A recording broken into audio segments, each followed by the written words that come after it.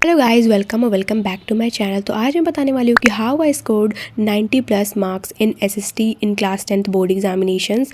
आप भी ये कर सकते हो, अभी भी टाइम है। तो सबसे पहले आता है लेक्चर कि लेक्चर कहाँ से देखें।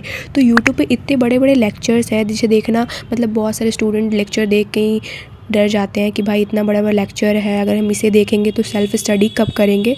तो I generally prefer short lecture. देखो तुम लाइक सन लाइक स्टडी, इसका लेक्चर इतना कंसाइज है एंड ईजी है।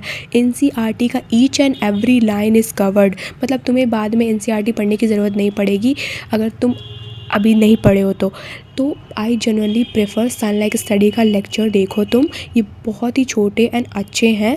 एंड सेकंड आता है नोट्स, कि हम नोट्स कैसे बनाएं।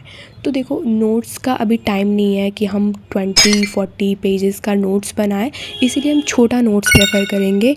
तो छोटा नोट्स अगर तुम्हें बनाना है तो सन लाइक स्टडी का ही देखो एंड उसका नोट्स बनाओ। इसके नोट्स बहुत ही छोटे एंड कंसाइज होते हैं एंड एनसीईआरटी के each and every lines cover होते हैं। जैसे कि मैंने बताया कि इसमें एनसीईआरटी एक एक पॉइंट कवर्ड है, तुम्हें बाद में एनसीईआरटी पढ़ने की ज़रूरत नहीं है।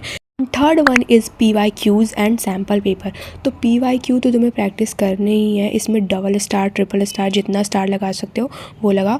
एंड सैम्पल पेपर तुम्हें मस्ट है कि 4 सैम्पल पेपर तो करना ही है, उससे ज़्यादा करो या नहीं करो लेकिन कम से कम 4 सैम्पल पेपर तुम करो। मैंने प्रेफर किया था ओसवाल का बुक से सैम्पल पेपर एंड इससे क्या होता है ना कि तुम्हें आंसर राइटिंग का पता चल जाता है कि कैसे क्या लिखना है, चाहे तुम देख देख कर ही क्यों ना करो लेकिन करो।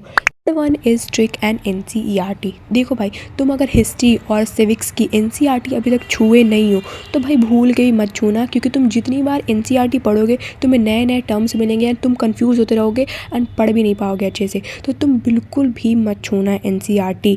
जिन लोगों ने पढ़ा है वो 10-15 बार पढ़ते हैं तब उन्हें एनसीईआरटी समझ में आती है, क्योंकि एनसीईआरटी ईजी नहीं है।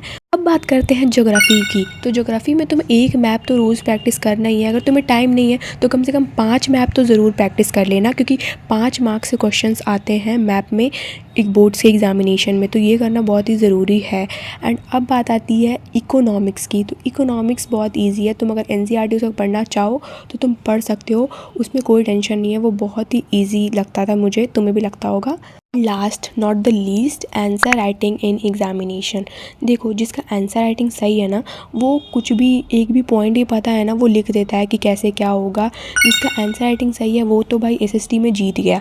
एंड उसके बाद एक मेन पॉइंट कि तुम्हें पॉइंट वाइज में आंसर लिखना है एटलीस्ट एसएसटी में, क्योंकि बहुत ही ज़रूरी है। एंड एवरी क्वेश्चंस के बाद लाइन तो ज़रूर खींचना है ताकि तुम्हारा कॉपी फ्रेश लगे, ज़्यादा रफ नहीं लगे, इससे एग्जामिनर पे भी अच्छा इम्पैक्ट पड़ेगा। एंड राइटिंग से भी नंबर इम्प्रूव होते हैं, तुम्हें अच्छे से ही लिखना है, बहुत ज़रूरी है। अगर राइटिंग ख़राब लिखोगे उन्हें समझ ही नहीं आएगा तो वो तुम्हें क्या ही मार्क्स देंगे। तो तुम्हें लिखना बहुत ही सुंदर सुंदर है, फ्रेश है एंड लाइन तो खींचना ही है हर क्वेश्चंस के बाद। या that's all, thanks for watching, bye bye.